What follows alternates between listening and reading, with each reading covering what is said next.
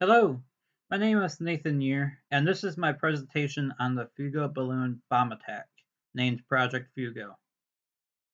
You might be thinking, what is this word Fugo? Well, a quick fun fact. In Japan, the word Fugo actually translates to wind ship weapon in English.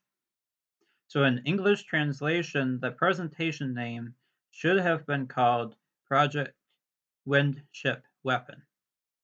But I think that just sounds silly.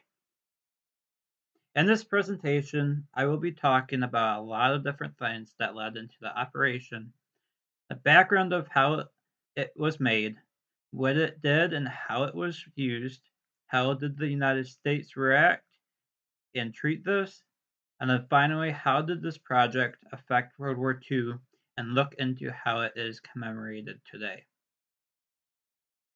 So, grab your popcorn, sit back and relax, and please enjoy the presentation. Let's begin with a simple look into the history of World War II and the Pacific that actually led up to the attack. It's Sunday, December 7th, 1941. The Japanese had just launched a surprise attack on the U.S. Pacific Fleet at Pearl Harbor in Hawaii, which severely damaged the United States Navy's fleet and killed or injured 3,500 American troops and civilians, which caused the whole nation in disbelief and shock. Now, the next day, December 8th, Franklin D. Roosevelt addressed the nation and announced that he declared war on Japan. For the Japanese at this point of the war, it had been growing its expanded empire, increasing its ability of being aggressive and occupying land, which actually began in 1919, after World War I had ended, when they felt disrespected at the Paris Peace Conference by their rejection of their proposal of equal racial rights between them and the Western powers, which started their aggressiveness fuel into the war.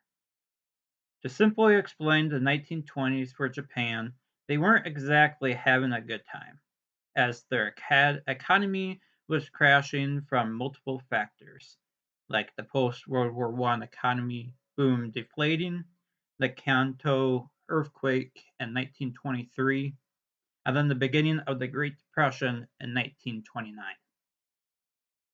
It wasn't until 1931 when Japan put their aggressiveness minds into action, as they invaded Manchuria, which led to a full-scale invasion of China in 1937.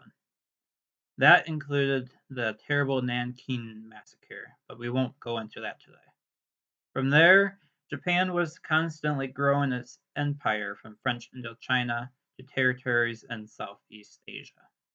Now that we have an idea of what was happening prior to 1942 in the Pacific, let's look at what event took place that led the Japanese to plan the attack of the Fugo balloon bombs. It's April in 1942.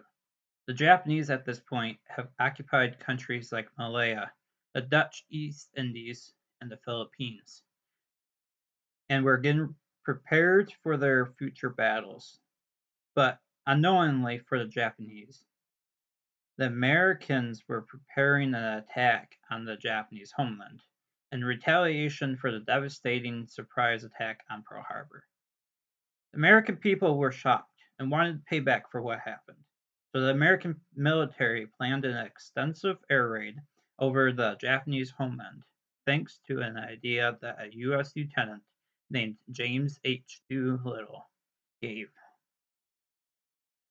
Now, James H. Doolittle, born December 14th, 1896, served in the Army Signal Corps during World War I when he was 20 years old. After World War I, he became a renowned aviator, aircraft engineer, and military test pilot at McCook Field. He was also famous before World War II for his air racing achievements, setting several speed records for land and air vehicles. And Doolittle in January 1942, knowing that the Americans' morale was torn apart from the attack on Pearl Harbor. The U.S. being forced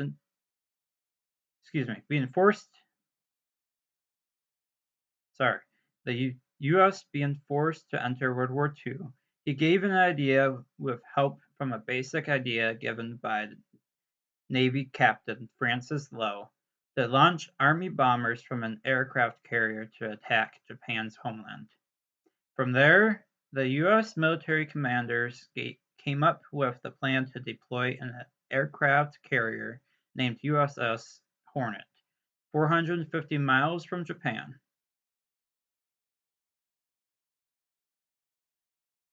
They designed 16 specially modified B-25 Michelle bombers and to raid over Japan's capital city, Tokyo. This was the plan to lift Allied spirits and incite fear in the Japanese population. Now, knowing James H. Doolittle was a highly respected aviation pioneer, military test pilot, and engineer, he was chosen by Army General Henry Arnold to lead the planning and execution of the first aerial raid on the Japanese mainland. By April 18, 1942, in the early hours of the day, the raid that they were planning for months was going to go into action. 450 miles from the shores of Japan, 80 airmen, including Doolittle, took off in their modified B-25 bombers, carrying 4 500-pound bombs in each plane, and had begun to head to their targeted city of Tokyo. Once they arrived in Tokyo, the main objective was to drop these 500-pound bombs over military and industrial sites, including oil tanks, farms, steel mills, and power plants. Doolittle and the other 15 raiders successfully hit their targets with very little Japanese defenses interfering, and were able to safely land their bombers into Allied territory, China, where they were greeted by Chinese civilians and soldiers. And thankfully for Doolittle and the others, they only knew one line of Chinese language to communicate with. We are Americans. Now, named after who led the raiders, James H. Doolittle, the Americans called it the Doolittle Raid. Although causing minimal physical damage, it was a strategic success as it boosted American morale. It shocked the Japanese and influenced their decision to attack Midway, ultimately leading to a major turning point in the Pacific War. The initial reaction that the Japanese had from the raid was pure shock, confusion, and fear, because they were totally caught completely off guard, as they weren't anticipating that American bombers being launched from a carrier so far away could reach the Japanese homeland. For the Japanese military, they initially scrambled to catch the raiders, but thankfully for the U.S. carriers, they were not able to intercept them. In late April, they did end up launching the campaign in China because they weren't happy that the Chinese people helped the American raiders hide. Sadly, they targeted areas where the American airmen had landed, resulting in the deaths of an estimated devastating 250,000 civilians and another 70,000 Chinese soldiers. Admiral Yamamoto, the commander of the Japanese combined fleet, and the other Japanese generals and officials, they initially dismissed the raid as not a big deal, but it ultimately convinced them that they needed to extend Japan's defensive perimeter, which consolidated Yamamoto's plan to attack Midway Island, which was a strategic U.S. naval base, to draw out and destroy the U.S. Pacific Fleet. but it was a disastrous defeat as it permanently weakened the Japanese Navy and altered the balance of power in the Pacific in favor of the United States. Ultimately, the Doolittle raid started the Japanese plan that would end up being called the Fugo Project. All right, we have a good look into what had happened up to the end of the Doolittle raid. Let's take a close look into what the Japanese had planned to retaliate against the United States.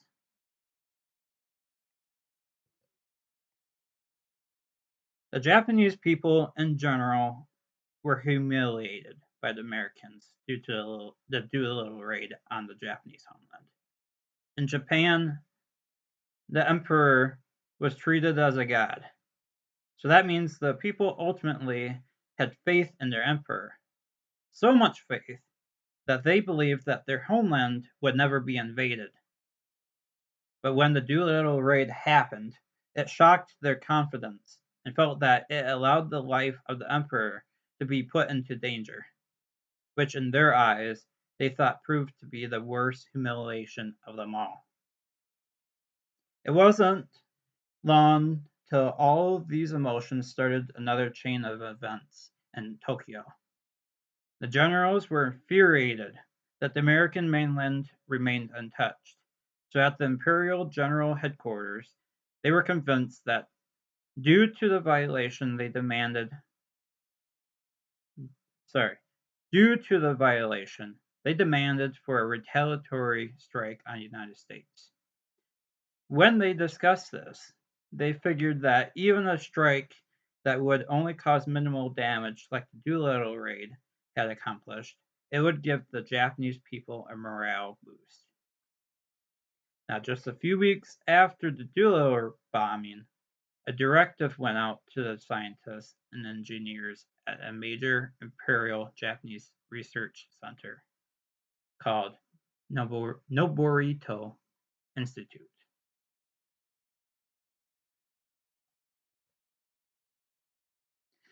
The Noborito Institute, also known as the Ninth Military Technical Research Institute, occupied a large compound of 89 acres on a bluff above the Tama River in southwest Tokyo. It was founded in 1927 by Captain Ryo Shinoda as part of the Army Science Research Institute. And in fact, Noborito actually began as a small research division dedicated to covert warfare. Now, Shinoda was a chemist who studied at the Tokyo Imperial University and had started a single building institute to tinker with random items that could be used for spying, like secret inks, counterfeit foreign currencies, and telegraph devices, etc. The laboratory eventually moved on to more deadly applications that included poisons and biological agents that could be used to destroy crops and livestock. When the outbreak of World War II hit the Pacific, the compound had significantly grown to over 24 buildings and had employed over 1,000 people. It had the largest budget out of the 10 numbered research institutes, and it was the only Army institute to develop items for covert warfare. To put this into perspective, it would be around the same size as 36 football fields.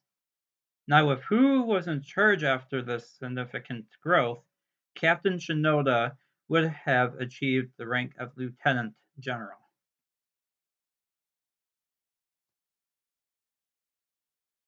In the summer of 1942, the Noborito Institute began investigating ways to fulfill the Imperial General's directive to retaliate against the Americans. An early proposal was to call for long-range bomber planes to make a one-way trip from Japan to the U.S. mainland.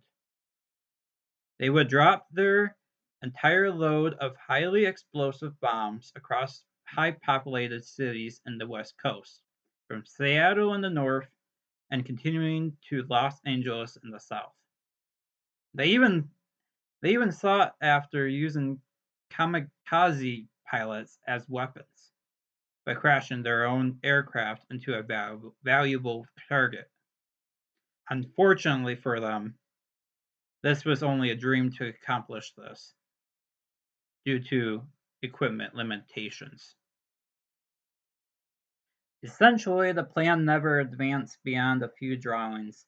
However, they did end up testing this by loading a small laden aircraft that would land on water and that was capable of bombing the coast of Oregon. It was essentially successful, but the plan ended up being scrapped because it failed to cause a forest fire due to the land being damp from a recent storm. During the same time this was being tested, there was a major general who was stationed in occupied Manchuria, who was assigned to return to Japan to be a part of the Noborito, and his name was Sukai Kusaba. Kusaba, born in December of 1899, graduated at Tokyo Imperial University, which was Japan's premier institute of higher learning, where he studied physics at the age of 41. He became commanding officer of the 27th Independent Engineer Regiment until in 1942, when he started to work at a research staff to work as a research staff member at the Army Technical Headquarters. And then later, he did become staff leader, where he was put in charge of a unit that experimented on free balloons. Unfortunately, this is the only known information on Sukai Kusaba prior to 1942, outside of the work that he had done for the Noborito Institute. But Sukai Kusaba in 1942 and beyond would end up being famously known for leading the Fugo balloon project at Noborito Institute. Taking a quick look into the history behind balloons being used in warfare to give us a better perspective, we will have to go back to the 1860s when the American Civil War was going on. Both Union and Confederate armies used balloons for aerial observing and artillery spotting. But it wasn't until World War I when balloons began being used more widespread, and wherefore. The observation balloons continued being used throughout World War I, but meanwhile, another use of balloons had started.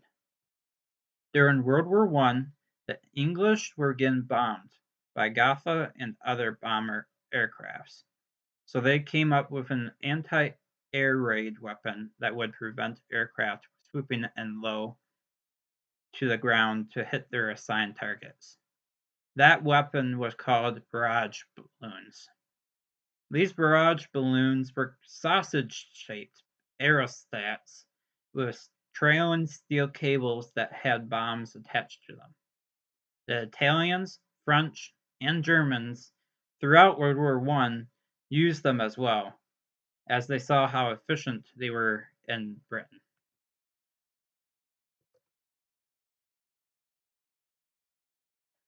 Going back to Japan, the Noborito Institute in the 1930s, the Japanese had heard about these barrage balloons that were used in World War I. So they had started studying these barrage balloons with the addition of weather balloons to begin looking into building a concept of a balloon bomb. In 1933, General Rikachi Tada led a program that created a 4-meter balloon that was capable of delivering explosives up to 70 miles. This balloon also featured a time fuse that would be calibrated depending on the wind speed and the distance that the balloon needed to travel to reach the enemy. This balloon was designed by General Rikichi at the time, wasn't the only unique weapon that was being developed at Noborito.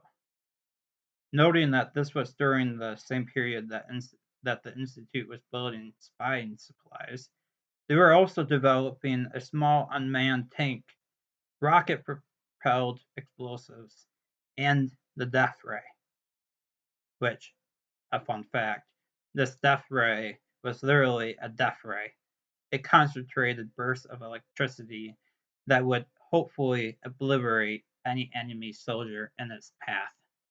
Scary.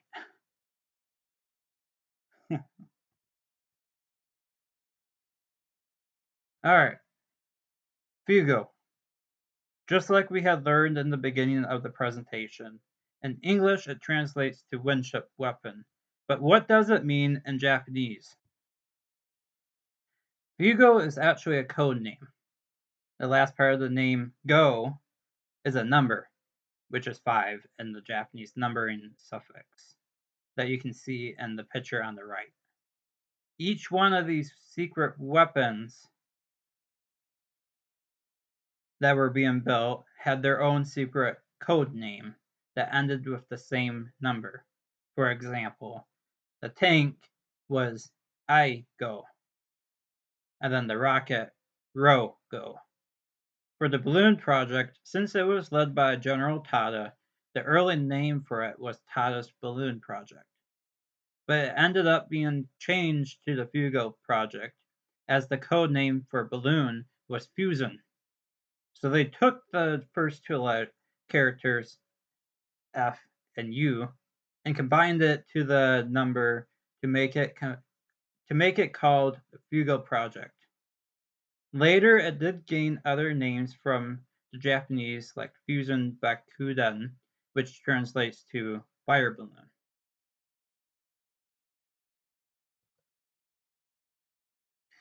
Going back to the early 1930s, Tsukai Kusaba was serving under Rikichi Tada in the original balloon program until it ended in 1935. It wasn't until 1942 when Kusaba would retrieve the program into the Fugo project, using the very same prototypes that were built in the 1930s. He had begun modifying the design for longer flights. After nearly a year, his team came up with a design that would be capable of remaining aloft for 30 hours at an altitude of 25,000 feet. Tests were done on this design that proved that it would easily travel hundreds of miles, though with specific wind conditions. Kusaba believed that it could even travel up to 2,000 miles.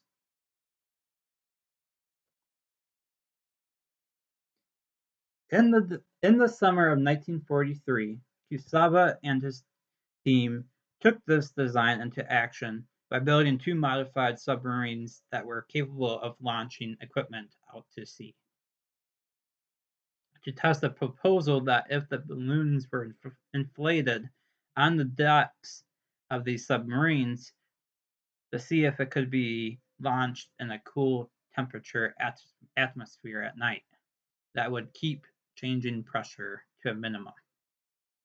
The engineers in Kusaba from Noborito had manufactured several hundred balloons for this test, but despite doing so, the test was scrapped due to the escalating war in the Pacific that required every sea vessel that the Japanese had. Unfortunately for Kusaba and his team, in August of 1942, they took their finished balloons and kept them at the Noborito Institute. But by doing so, the engineers came to the conclusion of finding 2 problems. The first one was the lack of experience in tests. They realized that if they did run this test, The flight of each balloon would have lasted several days, which included the daytime, meaning that due to the pressure of the air in the daytime, it would cause the balloons to burst open. Secondly, the question arose whether the westerly winds were capable of leading the balloons across the Pacific. These balloons that were being kept at Nabarito weren't physically tested until the winter of 1943 into 1944, when Nabarito and the Central Meteorological Observation joined forces by changing the balloons from weapons to weather balloons. From there, they were launched on the east coast of Japan's main island. The findings from doing this test found that none of them reached North America, but many remained in the sky for 36 hours as anticipated. But they also brought back information of how the wind currents work, which would finally ignite the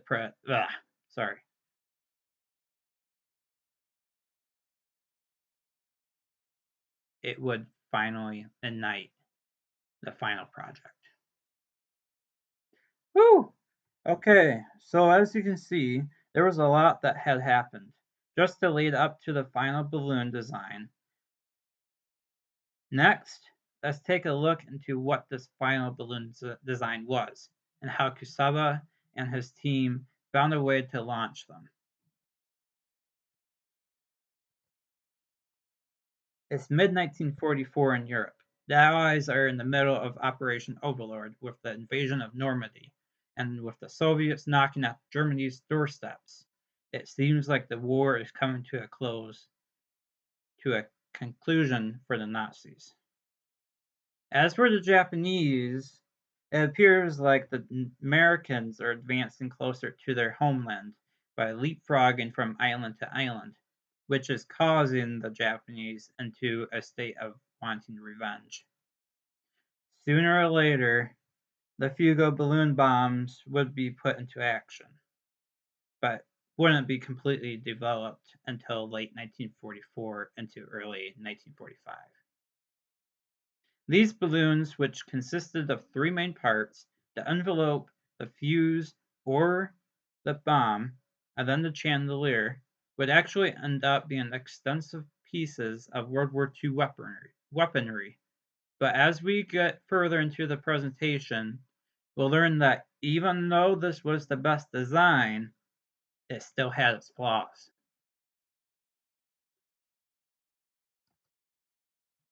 Starting from top to bottom, we will have to start with the portion that is called the envelope. It is called this due to the shape of the teardrop that a hot air balloon has. It is in fact the biggest portion of the balloon, sitting at a whopping 33 feet in diameter, making it the length of 2 minivans, as you can see in the picture here. It is made out of 4 to 5 layers of durable Japanese washi paper that was glued by Kaniyaku and was filled with hydrogen instead of helium due to hydrogen being a lighter gas than helium. By using hydrogen, they found that it would be capable of being in the air for 80 hours. Next portion, which actually consists of two parts, the fuse and the bombs. The fuse is the first part, which is connected from the top and bottom, the top being connected by the side of the envelope, and then the bottom being connected to the bombs. The length, or in our case, height, of the fuse would be 64 feet. As for the bombs, there was one main, highly explosive 33-pound anti-personnel fragmentation bomb that had a blast radius of approximately 60 feet. Then there was 4 11-pound thermite incendiary bombs that didn't explode, but were designed to start fires. Finally, there is the chandelier. It is the most extensive part of the entire balloon. It's made out of many layers like an onion.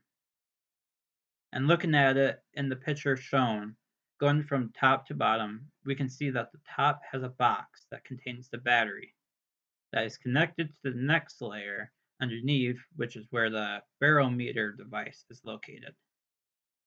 This barometer is a device that is pretty much the control box of the entire balloon.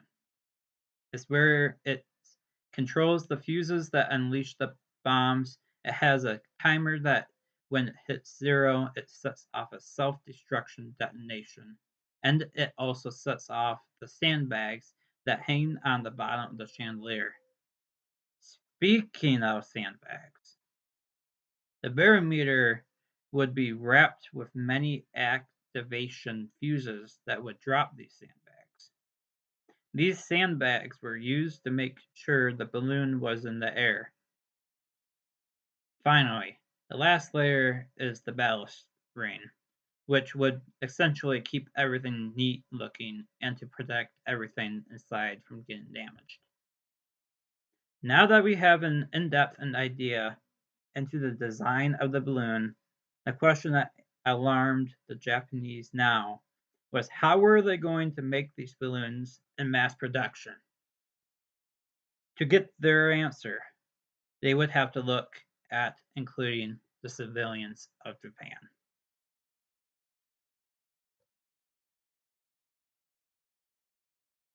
The Japanese people lived in a society that valued tradition and honor, but also embraced modernization. During the early years of 19 during the years of the 1900s. When World War II had broken out in 1931, it marked the point where the military started controlling the civilians into the war effort. Education in Japan since the early 1900s had started to become more widespread and more easily acquired by children. But during World War II, it was changed. Children in Japan were now forced into the war effort by making soldier uniforms at a nearby infantry regiment. Education didn't end though. They did include a few core classes like language arts, but the main education at Japanese schools was to cover nationalism and militarism. One former student actually stressed to the public that their education was focused on contributing to the war effort and being a patriot for Japan.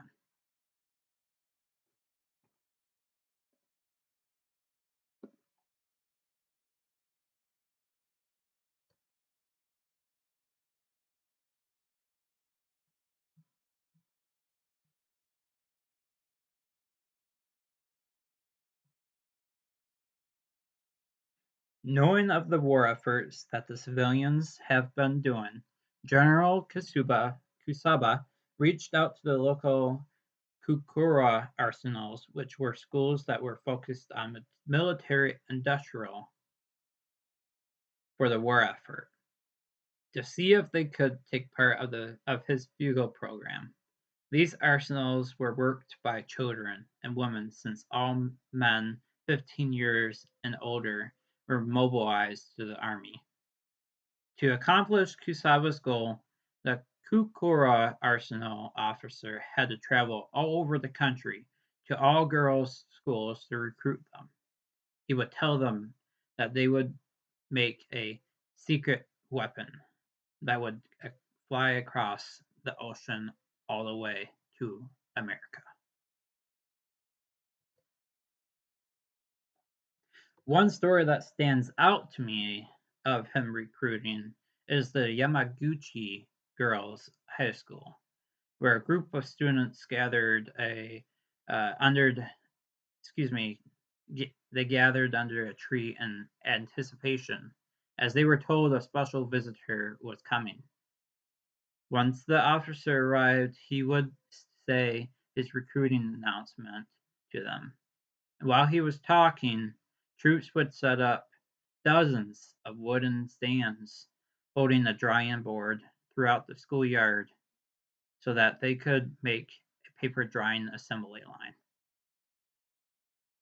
Unfortunately for the schoolgirls, this would cause them to work 12-hour shifts every day. One student noted in an interview that they would cover the board with a thin layer of paste made from Kaniaku plants and then lay down 2 sheets of washi paper and brushed out any bubbles. Once dried, a thick layer of paste with a bluish color to it was evenly applied. They even noted that this process was repeated 5 times. And also they believed that she was doing secret work. So she kept it a secret. Even at home, where it was hard to keep a secret, especially at moments where she had paste all over her clothes.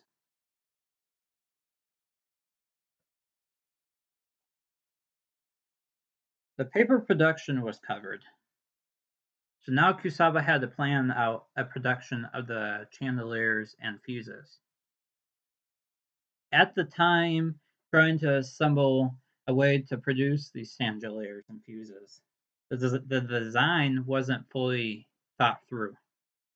So Kusaba brought it up to the Navy, where now they were able to fully design the balloon and test it out with more realistic equipment that they were going to use. This was not where they were going to mass produce the chandeliers and fuses. At one point, there were 2 types of balloons, one being called the B type and the other being the A type. The only differences that I could find on them was that the B type was made at Noborito, so I'm guessing probably a prototype. And then the A type, which was made at the Navy bases, where the final product was produced.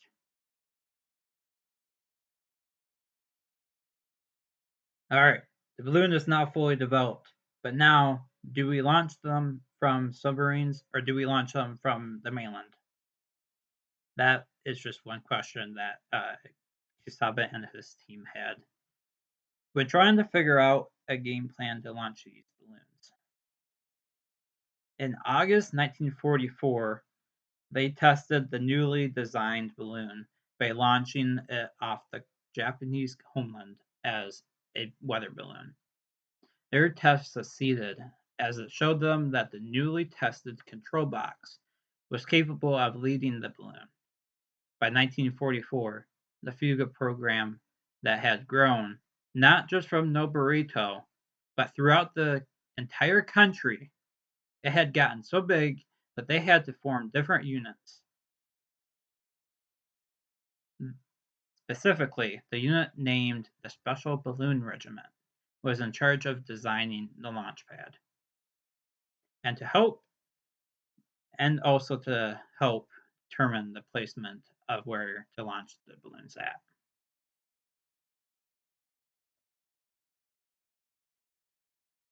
The launching pad that the Special Regiment had designed consisted of 19 anchor screws that were drilled into the ground in the shape of a circle, within the same diameter of the envelope.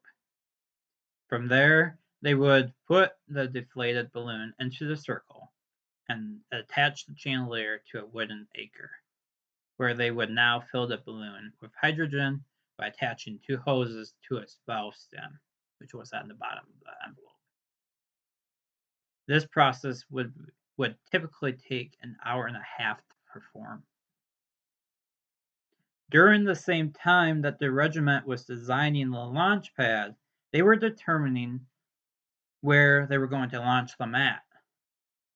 And with the help of wind charts that they had, they determined that they needed to launch them at Enchinomiya, where they actually launched the previous prototypes years ago.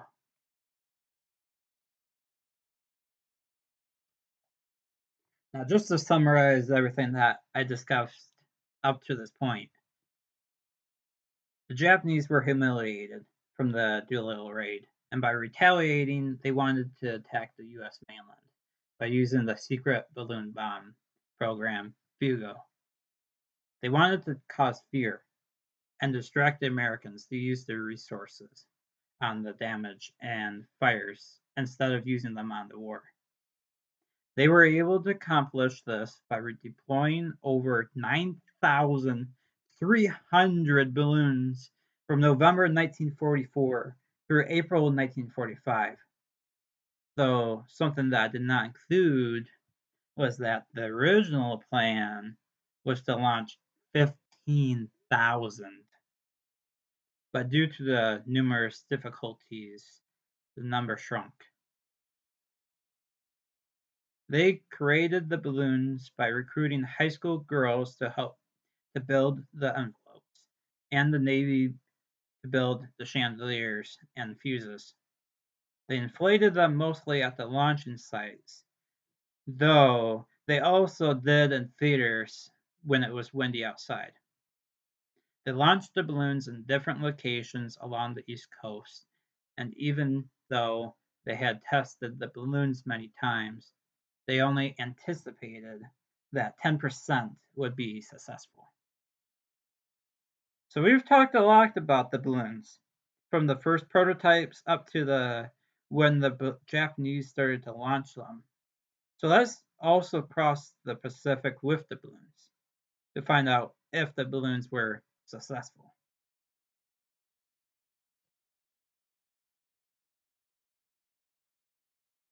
The life as a U.S. citizen in the 1930s.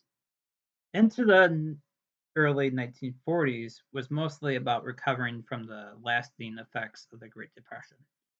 But with war raging on in Europe and the US stabilizing its economy by selling its goods to Britain and France, it helped make the Americans' lives back to normal until Pearl Harbor, where cities like Detroit started helping with the war effort.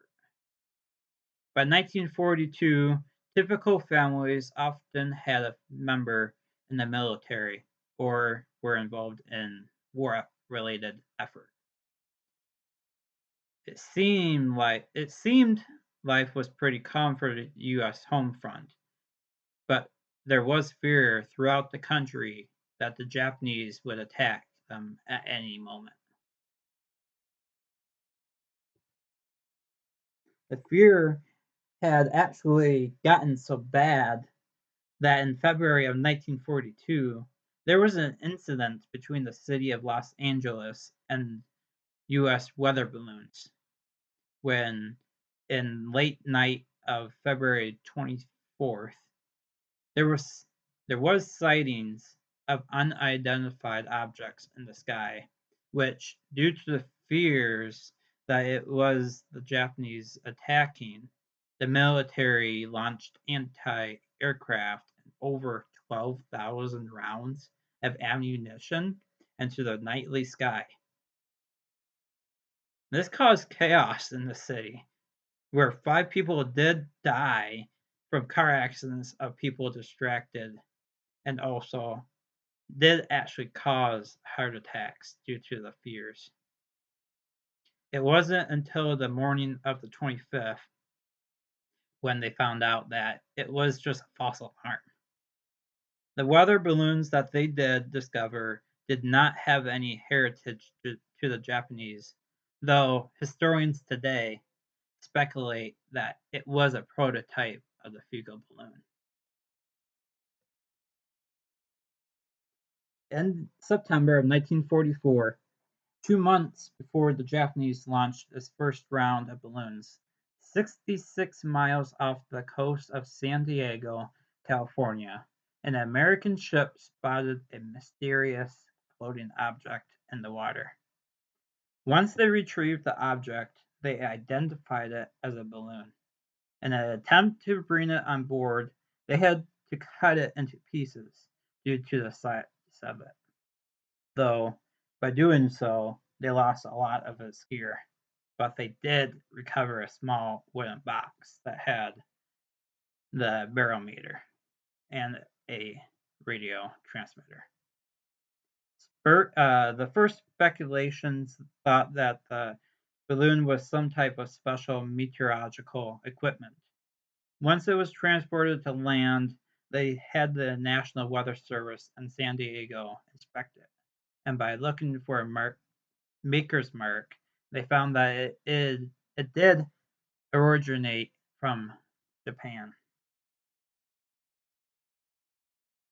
A few days after the recovery, the Air Force informed sailors and the National Weather Service that this wasn't the first of these balloons spotted, as they had seen 8 of these balloons prior to recovering this one.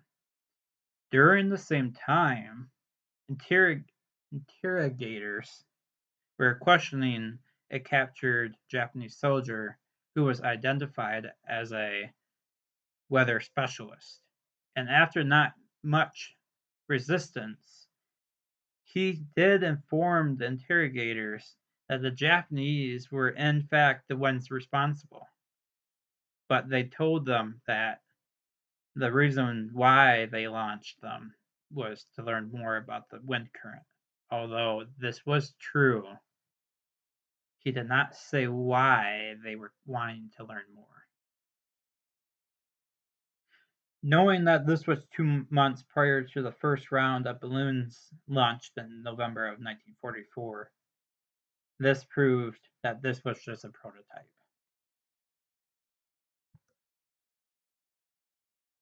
The first Japanese balloon that was observed in flight was near Thermopolis, Wyoming, in early December 1944, when 3 men working an evening shift at the local coal mine went outside to get fresh air until they heard a loud bang. To them, they just thought it was a common shotgun going off, but a minute later in the distance, on a ridge to the northeast, they heard a loud whistling sound, followed by an explosion. The men bolted away from the mine as they thought the mine's powder magazine building had just exploded. But as they ran away, they noticed a cloud of dust that was rising high in the sky. Now, they had thought it was a plane that crashed, but by the time the dust cleared, they spotted the white ball in the sky.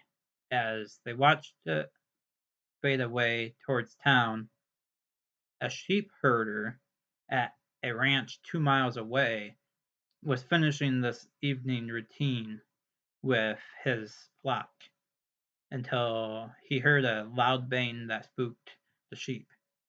As he was calling for them, he spotted the same thing that the miner saw fall down in the distance. The next morning, he went to investigate the blast, and by doing so, he discovered a ring-shaped blast area. Other people from around the area also reported about seeing the same phenomena that very night. The rancher and the 3 men did also report the incident, but to their surprise, the town was already talking about it, but as a rumored plane crash.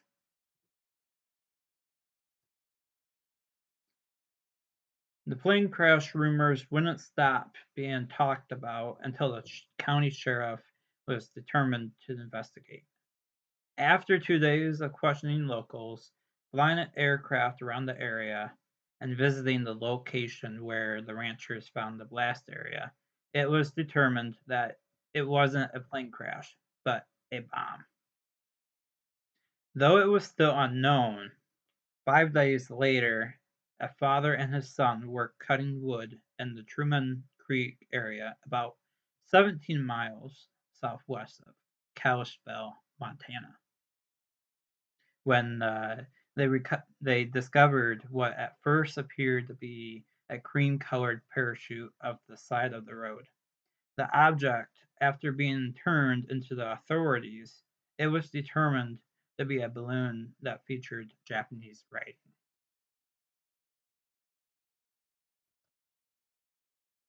By Christmas of 1944, there were now three reports of balloons, all being from different areas, where the next week after Christmas, a naval intelligence officer took those reports and started to investigate them one by one, where he found that all of them had similarities of being made from the same paper and having also Japanese writing inside of them.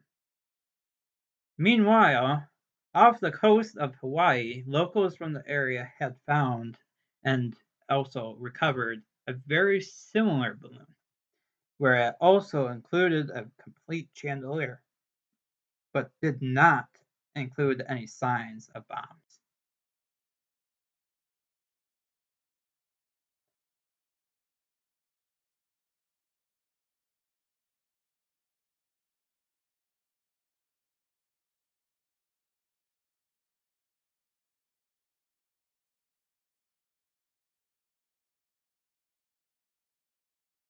The naval intelligence officer did investigate it as soon as he heard of it and found that it was a complete match of the others, though he still could not find any evidence that these balloons were the culprits for the blast near Thermopolis.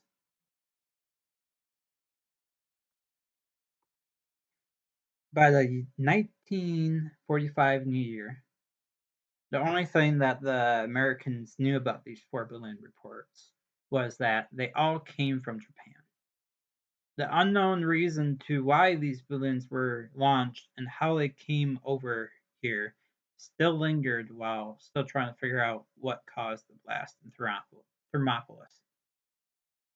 Although there were only four official reports of balloons in 1944, there were actually many others spotted, but were unreported until mid-January. These included places from Saskatchewan, Canada, two from Alaska, and one from Medford, Oregon, where two farmers actually saw it cause a similar phenomenon like the Thermopolis incident. And finally, one from South Montana, where it was actually discovered to be a fragment of the balloon from Thermopolis, since they never actually recovered the balloon from this incident.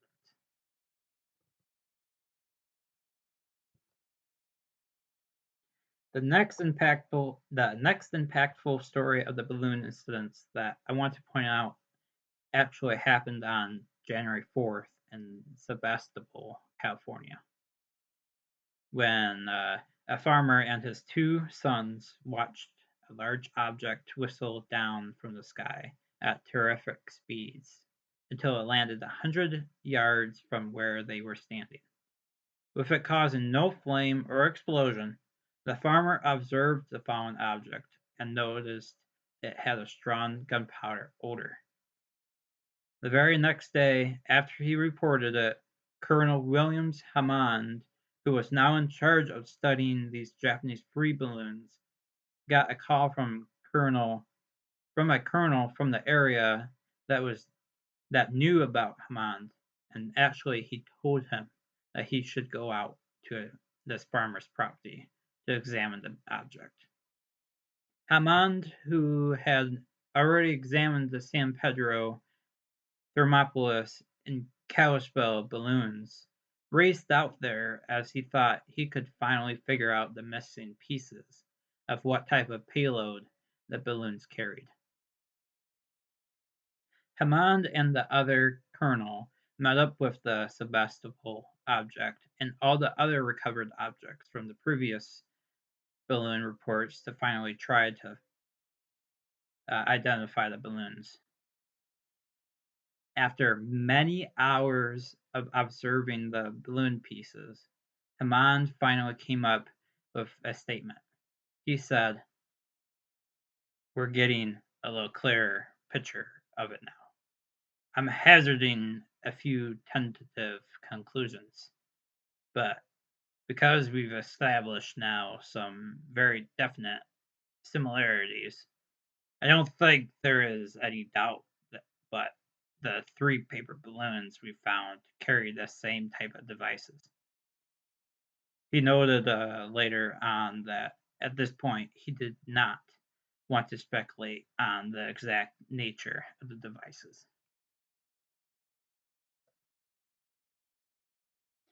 The two colonels both concluded that they needed to meet with the Western Defense Command headquarters to further discuss what they should do. January 17th, 1945, the two men with Major General H.C. Pratt and dozens of other officials congregated in a large conference room at the Western Defense Command Center, with each official handed a pamphlet that was stamped "Secret." As they entered the room, General Pratt, who was leading the conference with Hammond and the other colonel, had set the tone in the room with a quick explanation of what the situation was behind these balloons and what dangers loomed with them. He then went out to discuss with the other colonels and officers, but what they should do. The conference concluded that they should first have the military prepare for more of the balloons and to watch the sky radar for any unidentified aircraft.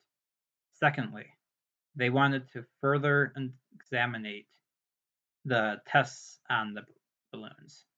Finally, they concluded that the balloons should be kept confidential from the public, as they shouldn't want for one of the Japanese to find out. Secondly, they didn't want it to cause fear to the American people.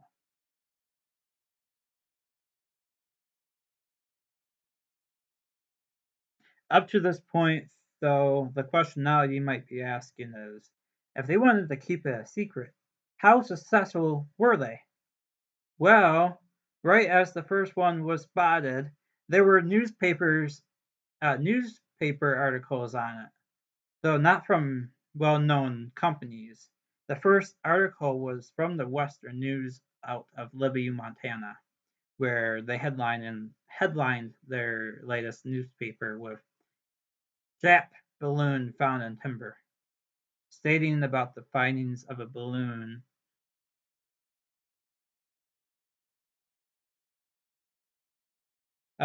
balloon, that was found by local lumberjacks. That was reportedly found with Japanese flags attached to it, which I don't know why there's Japan flags on there. Probably to announce that they came from Japan. Who knows? Later on, the Northern Wyoming Daily News headlined an article with "Phantom plane is being sought near Thermopolis," though they did not mention anything about it being Japanese due to it being unknown at the time. Other news companies, as well as radio broadcasts throughout the West Coast, joined in with the talking about the balloons. It wasn't until January 1st that the Times and Newsweek joined in. This infuriated the colonels that were in the middle of working hard to prevent this from happening.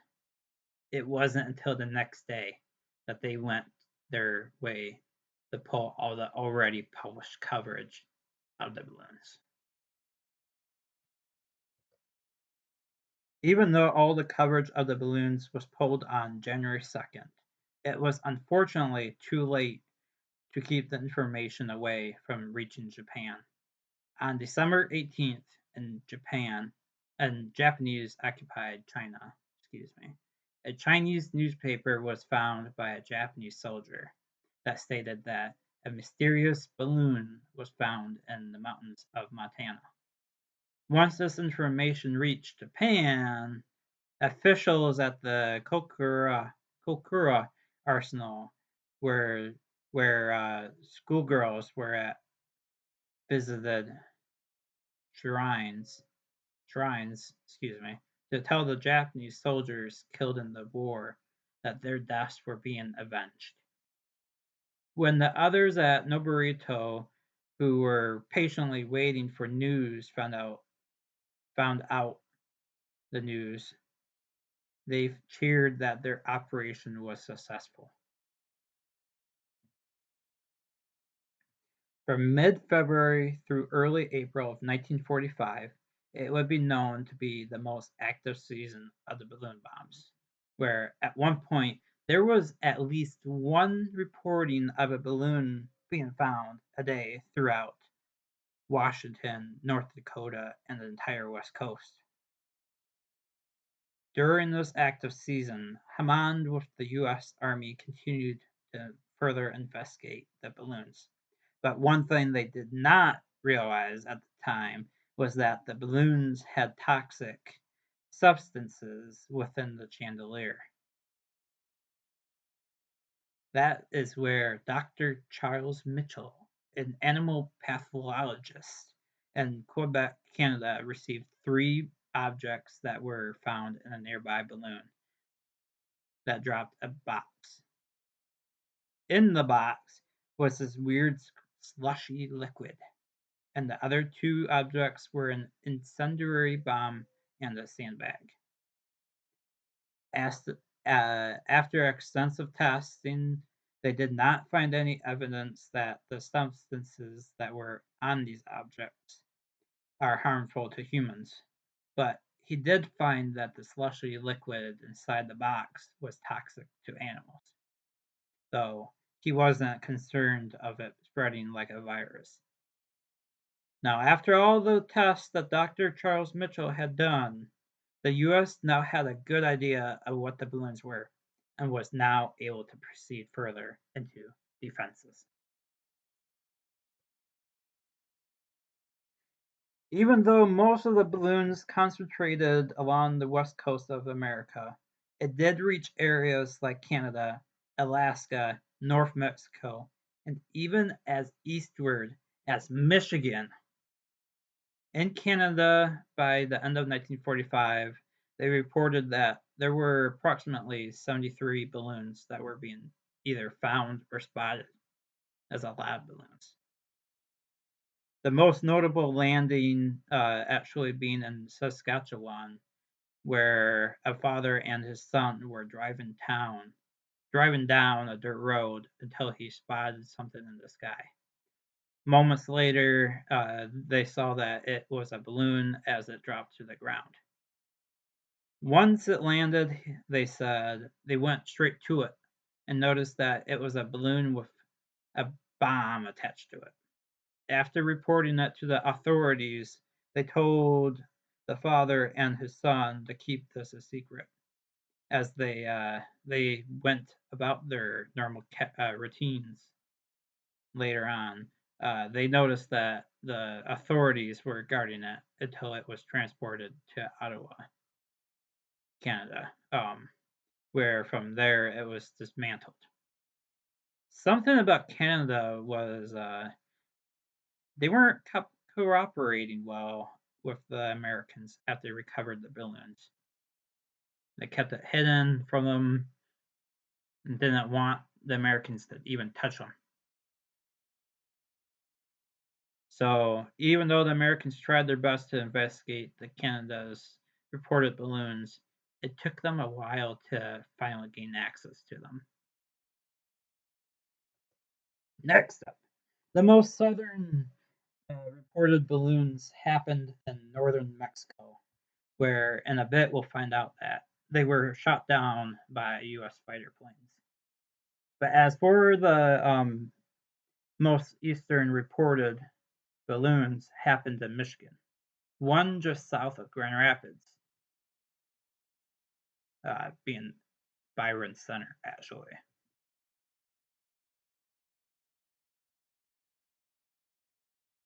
The other one being from Farmington Hills, starting with the Grand Rapids reported balloon, or Byron Center balloon.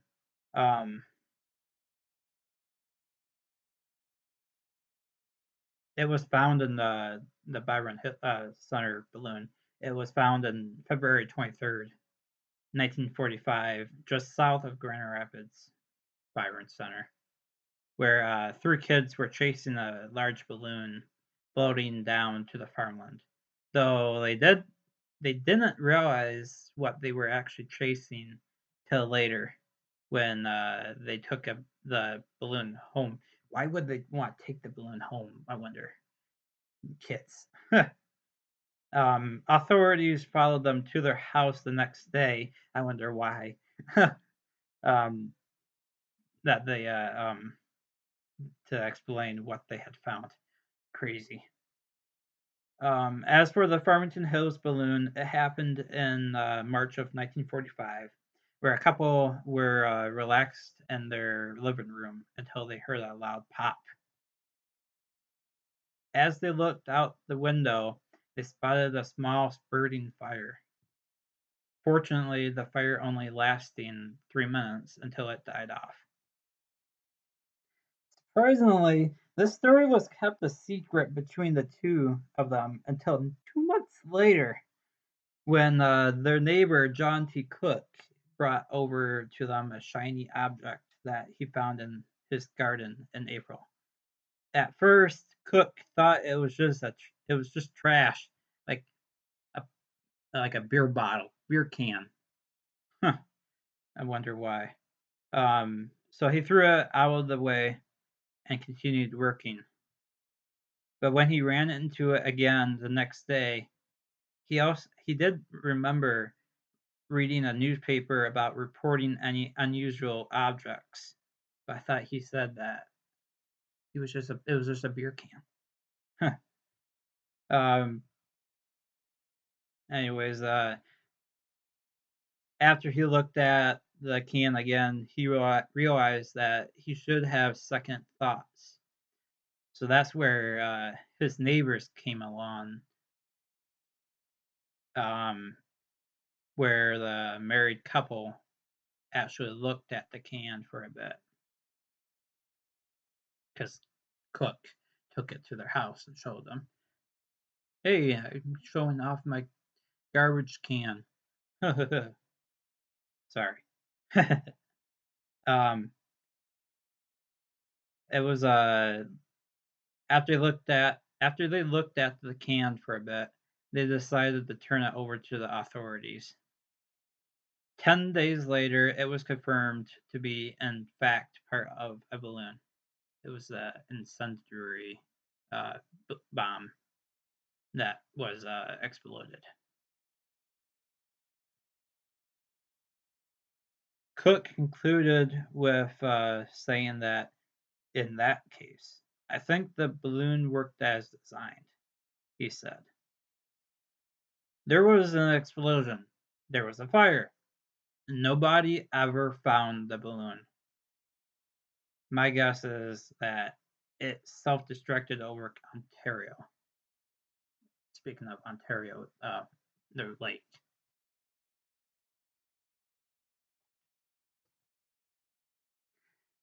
Finally, the last area affected by the balloons was Alaska. Alaska had reports of recovering 37 total balloons to date, but only 32 of them being found from 1942 to 1945. The first to be reported in Alaska happened on December 23rd, 1944, where a man named Charlie Fitka watched a balloon descend into the distance.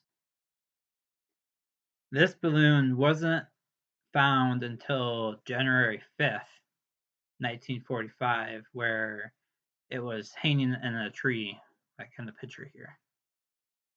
But this picture isn't. This isn't it. It's actually the one that was found shortly after. Uh, it was actually found shortly after in a cotton tree on the other side of the state.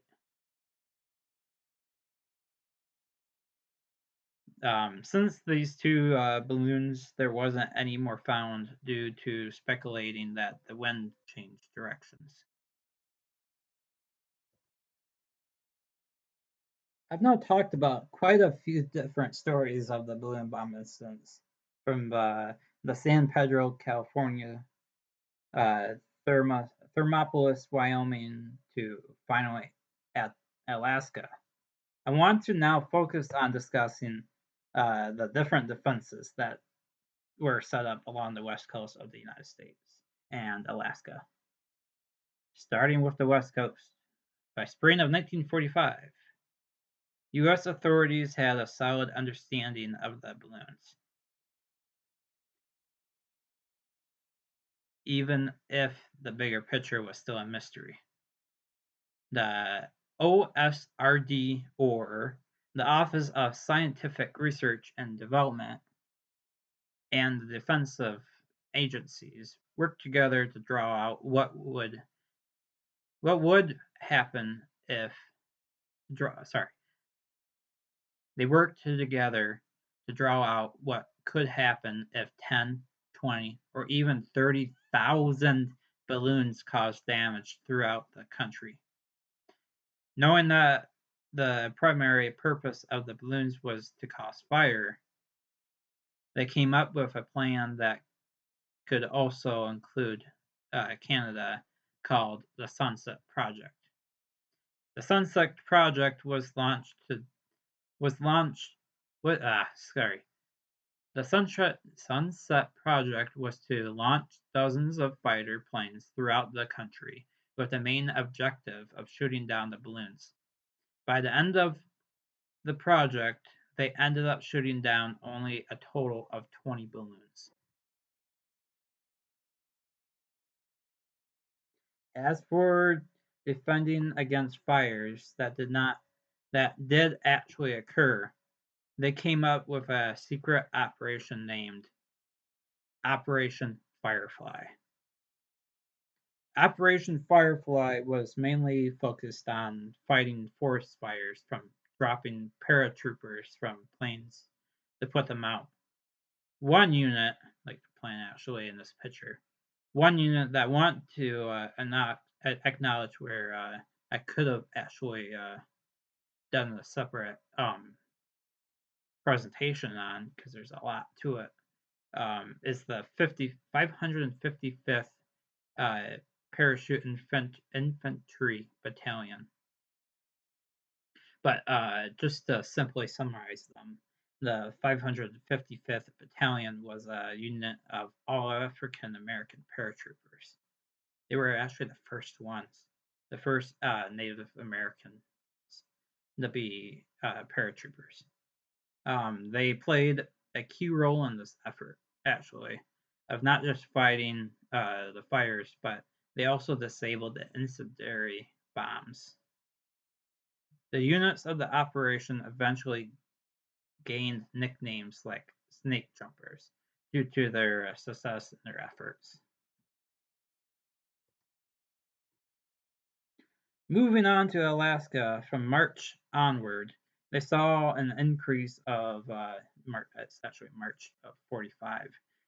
They saw an increase of balloons reaching them. Although Alaska already had a defense force that was originated in 1942, in spite of being worried that the Japanese could invade at any moment, they had begun recruiting men into a new army called the Tundra Army. The Tundra Army, which was led by Major Marvin Marston, who you can see here in the picture on the right,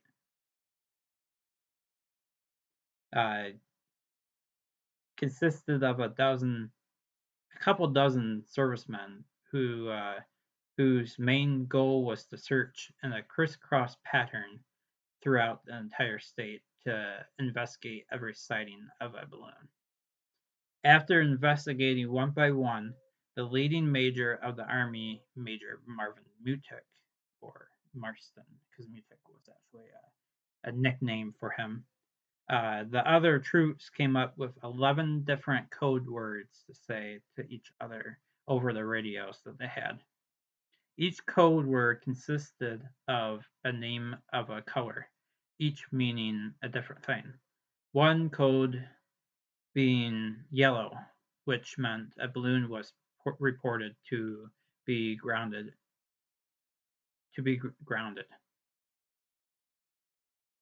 In conclusion, the Tundra Army was successful in their objectives of documenting and recovering all the balloon bombs in Alaska.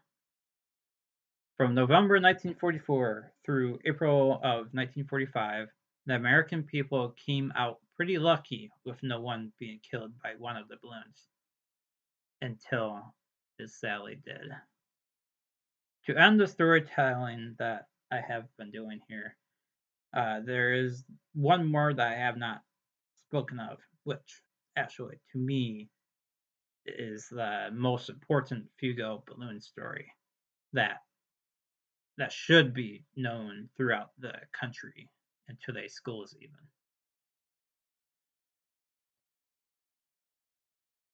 May 5th, 1945, in Blythe, Oregon, Oregon's Minister Archie Mitchell, his pregnant wife Elise, and 5 children from the Sunday school class were on a Saturday morning picnic, 13 miles northeast of Blythe.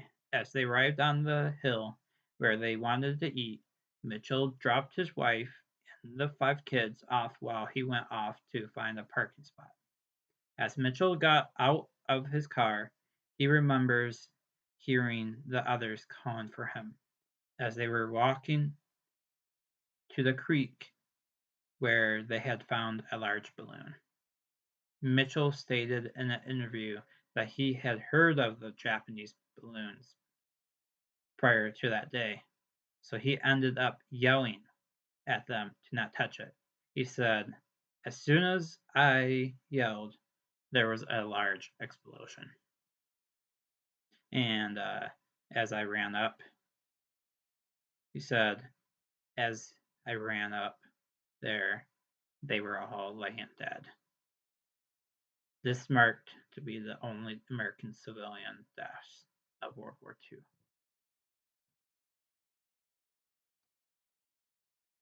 The question now is, while the Fugo balloons were happening, did it ever affect the bigger picture of World War II? The simplified answer is it did affect very little of the war in the entirety, though it did cause some delays. One balloon that I want to talk about is that actually caused the most damage. Caused the Manhattan Project to be delayed. And it goes like this. As one balloon was traveling as planned, it hit Toppenish main power lines, which Toppenish is the first nuclear reactors in the United States, which was also connected to Hanford's nuclear reactors. That's what I meant, sorry. For the Manhattan Project, so they also they didn't succeed in major delays. They did succeed to wanting total war on the U.S. mainland. That was for the Japanese. So now that we know everything about Project Fugo, from learning the early workings to where the balloons ended up in North America, what have the Japanese Americans done up to this present day? Nowadays, even though the Fugo balloons happened 80 years ago, there are still people finding bits and pieces that are not documented. The latest one being found in 2019 in British Columbia, as well as balloons found recently. There also are monuments that are located nearby to commemorate the incidents. As for the Japanese, more specifically the schoolgirls who helped to make the balloons, they reached out to the families from Blythe, Oregon, through a ceremony to let them know how sorry they are about making the balloons that killed their family members. So, in conclusion, when you go out on your hikes through the woods, or if you are working on a farm out in the west side of the US, who knows? You might run into one of these Fugo balloons that traveled all this way from Japan.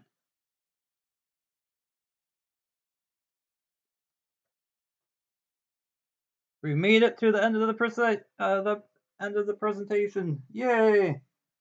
Here's all my cited work. Um, one of them, one of the favorites of mine was a book named "The Curious History of Japan's Balloon Bomb Attack on America," which was written by Ross Cohen. Um, it's a nice book. Lots of good pictures and information. That's where I got most of my information about actually on this. If you have any questions, please let me know in the comments below, as I would love to talk about it. Finally, I hope you all enjoyed it. Thanks for watching and have a nice day.